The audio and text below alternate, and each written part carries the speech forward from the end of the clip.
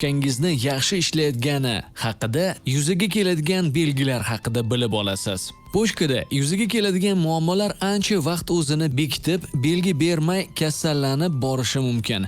Ular ancha vaqt o'zini bekitib, to'satdan ayon bo'ladi. Ammo uni vaqtida bilib qolsa-chi, shunda tezroq tuzalib, oqibati yaxshilik bilan tugagan bo'lar edi. Pochkaning kasallanishi bakteriyalar, vaznning oshishi yoki kamayishi, qandli diabet, gipertoniya, antiimmun sistemaning yaxshi ishlamasligi natijada yuzaga keladi. Shu bilan birga, uning sababi pochkadagi turli tosh va kasalliklar paydo bo'lishi ham mumkin.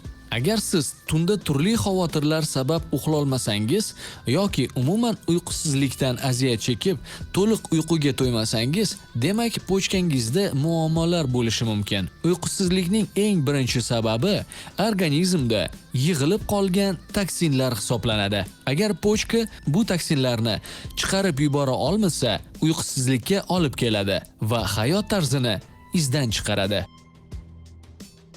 Agar siz juda kuchli xurrak otsangiz, shifokorga ko'rining. Bu jarayon nafas olish 10 soniyadan 1 daqiqagacha to'xtab qolganda sodir bo'ladi. So'ng baland xurrak yana qaytadi. Pochkaning yaxshi ishlashi suyaklarga juda ham kerakli bo'lgan vitamin D ni sintezlantiradi.